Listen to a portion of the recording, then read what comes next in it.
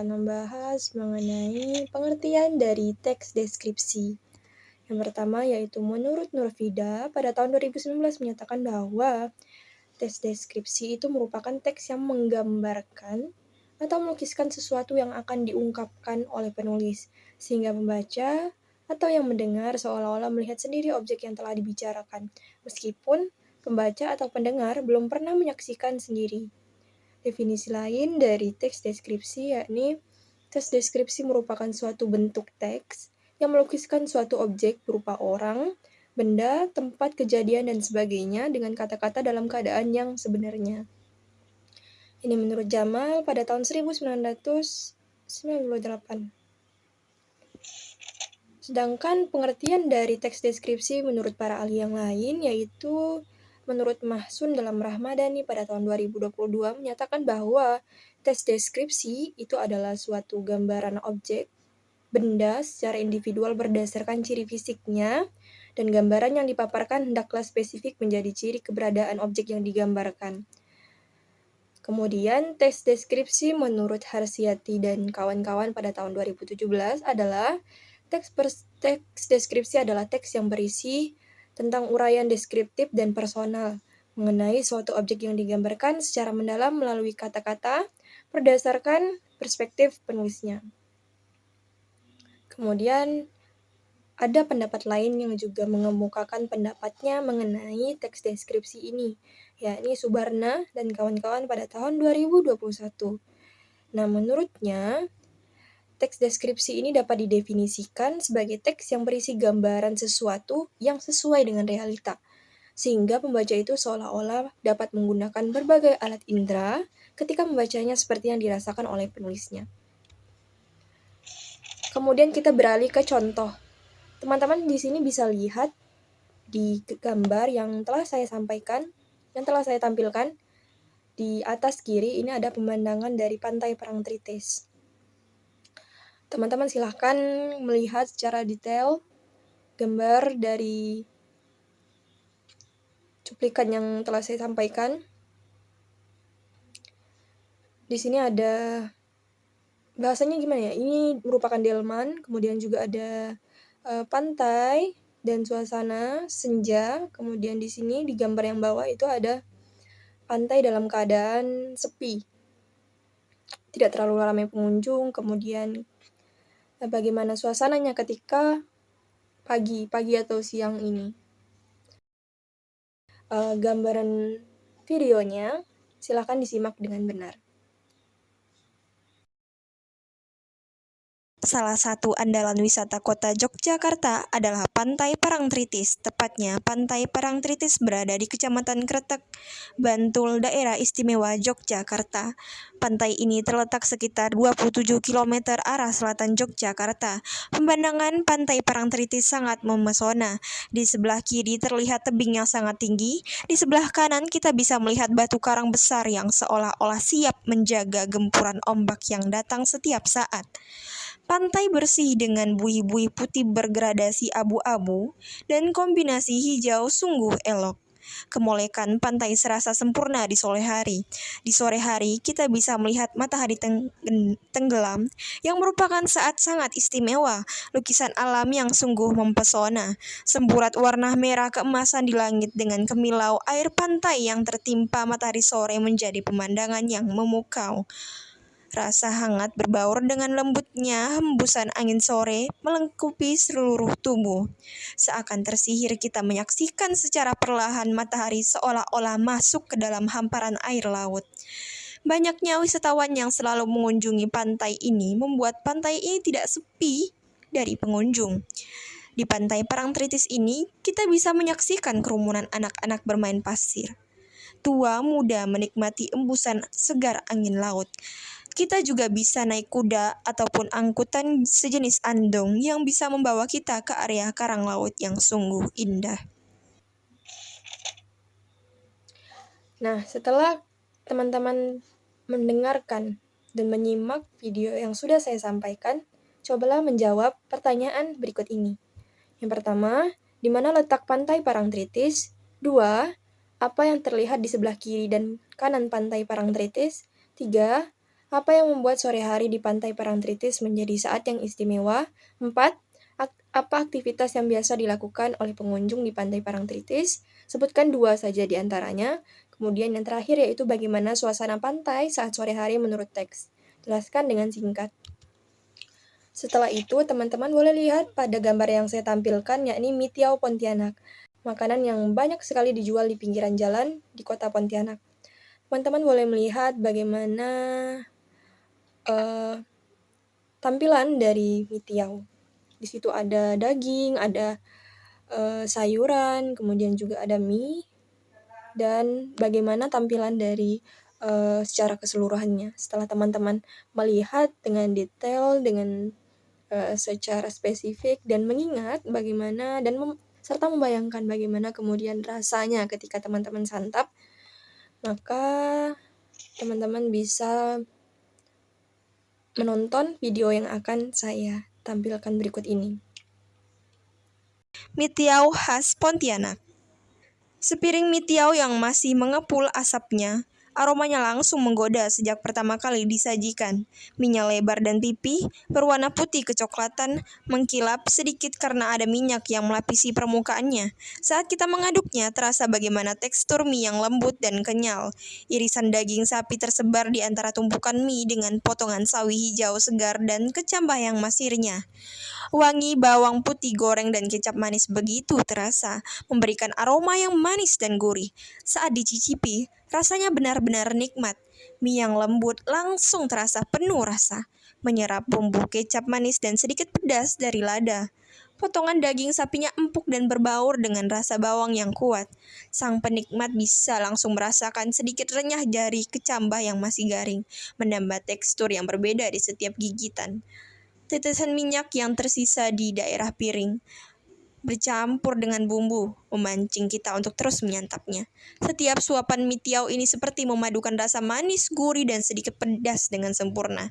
Ini benar-benar hidangan yang memanjakan lidah, membuat kita ingin terus menikmati hingga suapan terakhir. Nah, setelah teman-teman menonton dari video yang saya tampilkan tadi, maka jawablah pertanyaan berikut ini. 1. Apa saja komposisi bahan yang ada di dalam mie tiaw yang telah ditampilkan? 2. Rasa apa yang dirasakan penulis atau pembuat video saat mencicipi mie tiaw? Ketiga, menurut penulis atau penikmat, rasa bumbu apa yang paling terasa pada mie tiaw? 4. Bagaimana tekstur mie tiaw saat dimakan menurut penulis atau menurut penikmat? 5. Apa yang membuat penulis atau penikmat ingin terus menikmati mie tiaw sampai habis? Kemudian teman-teman bisa lihat di sini, pada gambar yang saya tampilkan di sini ada kucing berwarna oranye putih. Ini merupakan kucing yang bernama Moi. Silakan dilihat. Ini kucing, saya akan menampilkan gambarnya. Moi merupakan kucing peliharaanku. Ia adalah seekor jantan yang kerap kali dikira betina karena wajahnya yang lucu. Kucingku memiliki kaki yang pendek dengan perut yang buncit. Moi memiliki bulu lebat berwarna putih jingga. Tak hanya memiliki bulu yang lebat, ia juga memiliki pupil mata yang hitam legam dan berkilau bagi mutiara jika sedang kelaparan. Kucingku ini sangat senang makan ikan tamban yang digoreng tidak terlalu matang dan tidak pula terlalu mentah. Selain itu, Moi tidak terlalu suka makan nasi. Moi hanya suka makan instan kucing dengan jenis bold. Moi juga tidak suka makan sembarangan. Ia akan bertindak liar dan galak apabila aku tidak segera menyajikan ikan untuk ia santap. Moi berusia kurang lebih hampir 5 tahun. Meskipun begitu, badannya tetap sehat dan bugar. Akan tetapi, usianya yang sudah tua membuat ia tidak lagi segalak dulu. Kini Moi terlihat lebih tenang dan penakut. Ia jarang pulang ke rumah, hanya waktu sarapan, makan siang, dan makan malam saja Moi menyempatkan diri untuk pulang ke rumah. Setelah itu, ia akan memilih melongos pergi dan menginap di rumah kekasihnya yang tinggal di ujung gang. Kemudian jika sudah menonton tayangan yang sudah saya tampilkan, maka jawablah pertanyaan berikut ini. 1. Siapa nama kucing yang dideskripsikan oleh penulis pada video tadi? Apakah usia mempengaruhi karakter kucing tersebut? 3. Pada saat kapan kucing itu akan bertindak liar dan galak? 4. Kapan waktu kucing tersebut pulang ke rumah? 5. Bagaimana ciri fisik kucing di teks tersebut? Bismillahirrahmanirrahim. Assalamualaikum warahmatullahi wabarakatuh. Saya Gun Rizky akan melanjutkan materi mengenai teks deskripsi dengan kognitif sedang. Jadi, ketika kita sudah berbicara tentang pengertian dan sebagainya dari penjelasan sebelumnya, maka kita akan melanjutkan materi mengenai ciri dan tujuan dari teks deskripsi. Ciri dan tujuan teks deskripsi menurut beberapa para ahli dapat dijabarkan sebagai berikut. Yang pertama yaitu menurut Subarna dan kawan-kawan pada tahun 2021, ciri dan tujuan teks deskripsi yaitu sebagai berikut. Yang pertama, menceritakan atau melukiskan suatu benda, tempat, atau suasana tertentu. B. Menggunakan panca indera, seperti pendengaran, penglihatan, penciuman, pengecapan, dan perabaan, ketika menggambarkan atau menceritakan objek. C. Memiliki tujuan agar pembaca seolah-olah dapat melihat atau merasakan sendiri objek yang dideskripsikan. D. Menjelaskan ciri-ciri objek seperti warna, ukuran, bentuk, dan keadaan suatu objek secara terperinci. Kemudian, menurut Febriani dan Sulanjari pada tahun 2022, tes deskripsi memiliki ciri-ciri yaitu kemampuan menggambarkan suatu objek berdasarkan ciri fisik tertentu sebagai visualisasi sastra dan sarana promosi objek untuk pemikat pembaca. Harsiati dan kawan-kawan menjelaskan bahwa ciri-ciri teks deskripsi dapat dibagi menjadi beberapa sisi, yakni dari segi tujuan, objek, isi, dan penggunaan bahasa. Di antaranya, yang pertama yaitu ciri tujuan. Teks deskripsi dimaksudkan untuk mendeskripsikan suatu objek dengan cara mendeskripsikannya dari sudut pandang penulis. Teks deskripsi dapat membuat pembaca atau pendengarnya membayangkan bentuk, rasa, tampilan, atau suasana tertentu sehingga lebih mudah memahami dan tertarik dengan penjelasannya. Kemudian B. Ciri objek. Objek yang dijelaskan dalam teks deskripsi bersifat khusus atau objek tertentu yang mungkin berbeda dengan objek lainnya. Objek yang diuraikan merupakan pendapat pribadi. C. Ciri isi. Adapun ciri isi dari teks deskripsi yang pertama yaitu isi teks deskripsi diperinci menjadi perincian bagian-bagian objek. 2. Isi teks deskripsi menggambarkan objek secara konkret sehingga isi teks deskripsi banyak menggunakan kata-kata khusus yang lebih spesifik. 3. Isi teks deskripsi bersifat personal dengan kandungan emosi sehingga menggunakan kata-kata dengan emosi kuat, seperti ombak menggempur, kemolekan pantai, atau ibuku yang tangguh. D. Ciri penggunaan bahasa. Adapun ciri penggunaan bahasa diantaranya yang pertama yaitu menggunakan kata-kata khusus untuk mengkonkretkan. Kata konkret menurut Subarna tahun 2021 merupakan suatu kata yang digunakan untuk memahami sesuatu yang berkaitan dengan indera penglihatan, penciuman, perasa, peraba, dan pengecap. Contohnya sebagai berikut. A. Meja kayu yang besar itu terletak di tengah ruangan makan, maka kata konkretnya yaitu meja dan kayu. B. Anak-anak bermain bola di lapangan hijau yang luas, kata konkretnya yaitu bola, lapangan, dan hijau. C. Dia menulis catatan dengan pensil merah di buku catatannya, kata konkret yaitu pensil, buku, dan catatan. Lampu meja di kamar tidur menyala terang di malam hari, kata konkretnya yaitu lampu, meja, dan kamar tidur. E. Gelas berisi air dingin itu terjatuh dari mejanya, kata konkretnya yaitu gelas, air, dan meja. 2. Menggunakan kalimat rincian untuk mengkonkretkan. Contohnya, ibuku orang yang sangat baik. Dia berusaha menolong semua orang. Dia ramah dan tutur katanya lembut kepada siapa saja. 3. Menggunakan kata sinonim dengan emosi kuat atau indah diungkapkan dengan sinonim yang lebih memiliki emosi kuat. Contohnya, elok, permai, molek, mengagumkan, memukau, dan menakjubkan. Kemudian menggunakan majas untuk menggambarkan secara konkret. Berikut merupakan jenis majas yang sering digunakan pada teks deskripsi. Yang pertama yaitu majas personifikasi, yaitu majas yang menggambarkan sifat manusia, padahal objek yang dideskripsikan merupakan benda mati.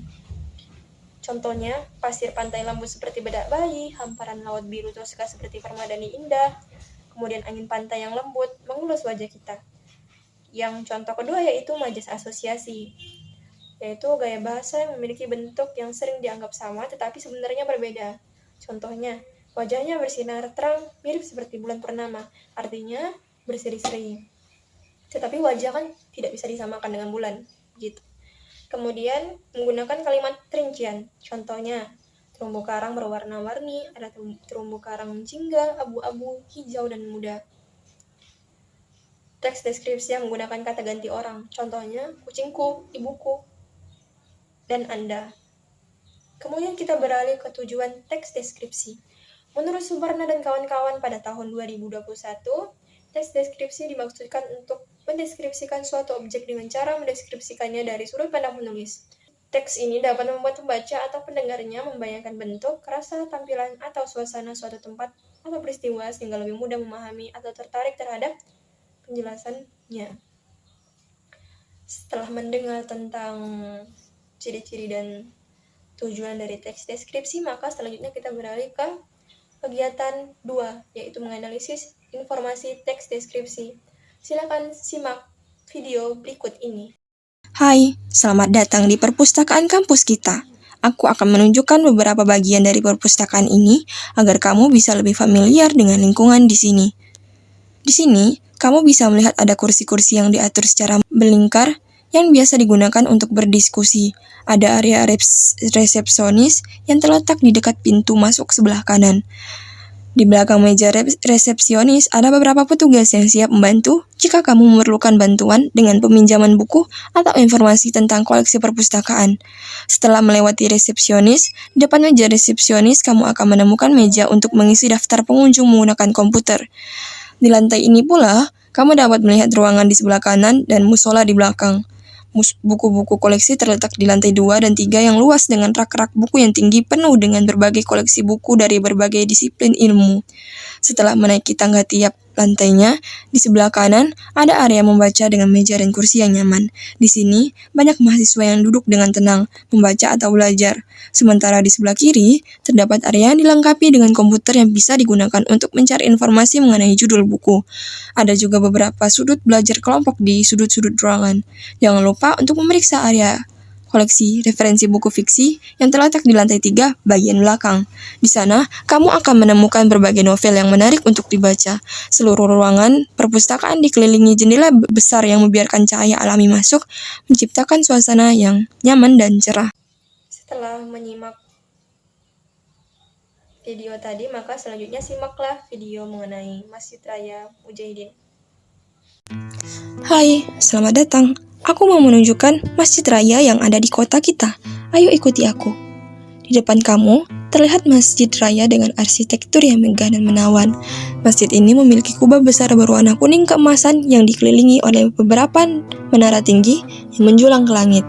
Saat kamu mendekat, kamu akan melihat area lantai dasar yang luas yang biasa digunakan untuk duduk-duduk dan berbincang. Setelah itu, kamu akan melihat 4 tangga yang membedakan antara tangga khusus perempuan dan laki-laki di area depan dan belakang masjid. Tidak hanya berfungsi sebagai tempat peribadatan, tetapi juga biasa digunakan sebagai tempat resepsi pernikahan di lantai dasarnya. Pada lantai 2, biasanya sholat dilangsungkan. Langit-langit pada lantai 2 dihiasi dengan ukiran-ukiran yang indah dan detail.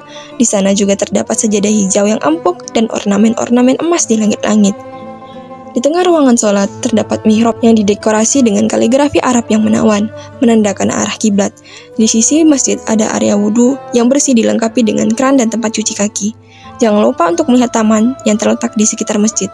Taman ini dipenuhi dengan pohon-pohon hijau dan bunga warna-warni, menciptakan suasana di mana pengunjung bisa beristirahat sambil menikmati pemandangan. Seluruh area masjid dikelilingi dengan pagar yang elegan, memberikan kesan keindahan dan ketenangan. Kalian telah menyimak dan menonton kedua wacana yang telah disebutkan tadi. Sekarang, bandingkan kedua wacana tersebut dengan mengisi tabel dan menjawab pertanyaan setelah ini. Lalu, diskusikan tabel kalian dengan teman. Yang pertama, bagaimana tata letak ini mendukung atau menghambat produktivitas pengunjung?